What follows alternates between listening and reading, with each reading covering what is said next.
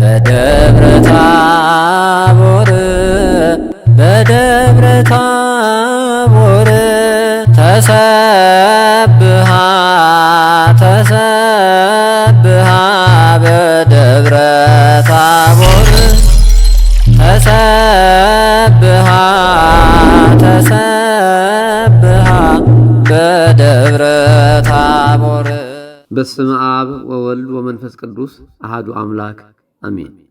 ሰላም ጠና ያበለይ ናይ ታቦር ሚድያ ተኸታተልቲ ዝኾንኩም ኣብዚ ዘለኹሞ ሰላም እግዚአብሔር ምሳኻትኩም ይኹን። እዚ ታቦር ሚድያ እዩ። ታቦር ሚድያ ንኣኹም ይጠቅም እዩ ዝበለቶ መንፈሳዊ መደባት ሒዛትልኩም ቀሪባ ኣላ።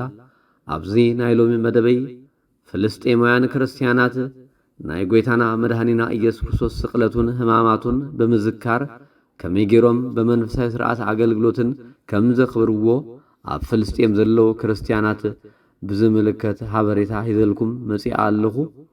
ቅድሚኡ ግና ካብዚ ቻናል ታቦር ሚድያ ትሪኡ መብዛሕትኹም ናይዚ ታቦር ሚድያ ተኸታተልቲ ዝኾንኩም ነዚ ቻናል ሰብስክራይብ ከም ዘይገበርኩም እዩ ዝተረዳእኽዎ።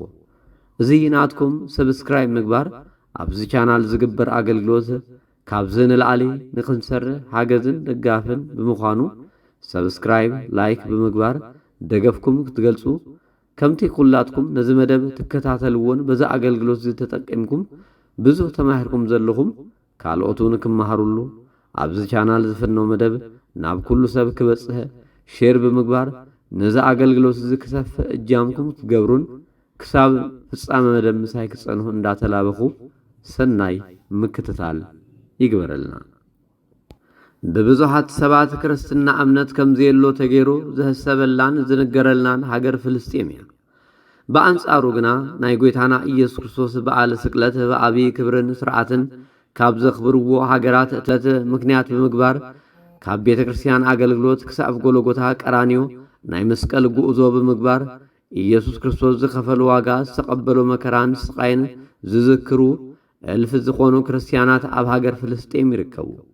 ምስ ዘሎ ኩና መፍለጢ ተባሂሉ ዝግለጽ ጥምጣም ጀለቢያ ብምግባር ናብ ቤተ መቅደስ ብምእታው ንኢየሱስ ክርስቶስ ኣምላኽ ከም ዝኾነ ምእንታና ምእንተ ደቂ ሰባት ፍቕሪ ክብል ካብ ሰማያ ሰማያት ወሪዱ ካብ ቅድስት ድንግል ማርያም ተወሊዱ ከም ዝተሰቕለ ሞይቱ ከም ዝተስእ ብምእማን እዞም ፍልስጤማውያን ክርስቲያናት ነዚ ክቡር ዝኾነ መዓልቲ ስቕለት ጎይታ እንዳዘከሩ ነቲ ክቡር መስቀል ተሰኪሞም ካብ ምስራቃዊ ኢየሩሳሌም ክሳብ ጎቦ ጎልጎታ ቀራንዮ ብሓዘንን ብጽሞናን ፍልስጤማውያን ክርስቲያናት እንዳኣክበርዎ ይርከቡ። ምስ እስራኤላውያን መዓልቲ መዓልቲ ኣብ ባእሲ ዝነብሩ ፍልስጤማውያን ካብ መጽሓፍ ቅዱስ ታሪክ ጀሚርና ክሳብ ኣብዚ ሕጂ ዘለናዮ ጊዜ እስራኤላውያንን ፍልስጤማውያንን ንሓደ መዓልቲ እኳ ዝኸውን ሰላም ኣብ ዘይብሉ ዘይተረጋግአ ህይወት ኣብ ባእሲ ኩናት ኣብ ውጥረት እንዳነበሩ ይርከቡ።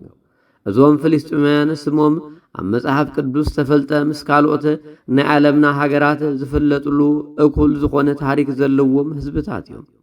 ኣብ ከምዚ ዝበለ ውግእ ንባእስን ዘለው ፍልስጤማውያን ክሳብ ኣብዚ ቀረባ ጊዜ ብንሰምዖ ዘለና ሓበሬታ ኢየሱስ ክርስቶስ ንናይ ጋዛ ምስልምና እምነት ተኸተልቲ ዝኾኑ መዓልቲ መዓልቲ ኣብ ህልሞም ዝገብሮን ምግላጽን ዝገብሮን ተኣምራትን ነዞም ኣብ መከራ ዘሎ ፍልስጤማውያን ሙስሊማት ኢየሱስ ክርስቶስ ናብ ናቱ ህቕፎ ናብ ክርስትና ብምጽዋዕ ዓብይን ድንቅን ተኣምራት እንዳገበረ ይርከብ ከም ዘሎ ኣብ ብዙሓት ዓለም ለኻዊ ማዕኸናት ሚድያ ዜናታት ገሊጾም ይርከቡ።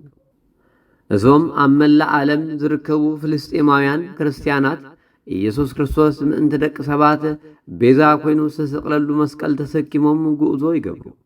ካብ ኣደባባይ ጲላጦስ ክሳብ ጎልጎታ ቀራንዮ መስቀል ተሰኪሙ ብምውዳቅ ብምትንሳእ ብሓዘን ብምግራፍን ስቅያትን ነቲ ጎይታ ንምድሓንና ጉዕዞ ዝገበሩ ዕለት ብምዝካር እዞም ፍልስጤማውያን ክርስቲያናት ኣብ ምስራቃዊት ኢየሩሳሌም ብሓደ ብምእካብ ከም ንዕዘቦን ንሪኦን ዘለና ናይታ ቤተ ክርስቲያን አገልጋሊ ናይ ምስልምና ጥምጣም ንብሎ ባህላዊ አልባስ ካብ ርእሱ ብምውራድ ናይ ቤተ ክርስቲያን ደውል ብምድዋል ኣብ ፍልስጤምን ኣብ አውራጃታት ፍልስጤም ዘለው ክርስቲያናት ነዚ ናይ ጎይታና ኢየሱስ ክርስቶስ ናይ ስቅለትን ናይ ሕማሙ ዕለት ንምዝካር ናይ ጻውዒት ደውል ኣዋጅ ድምፂ እንዳኣስመዐ ይርከብ።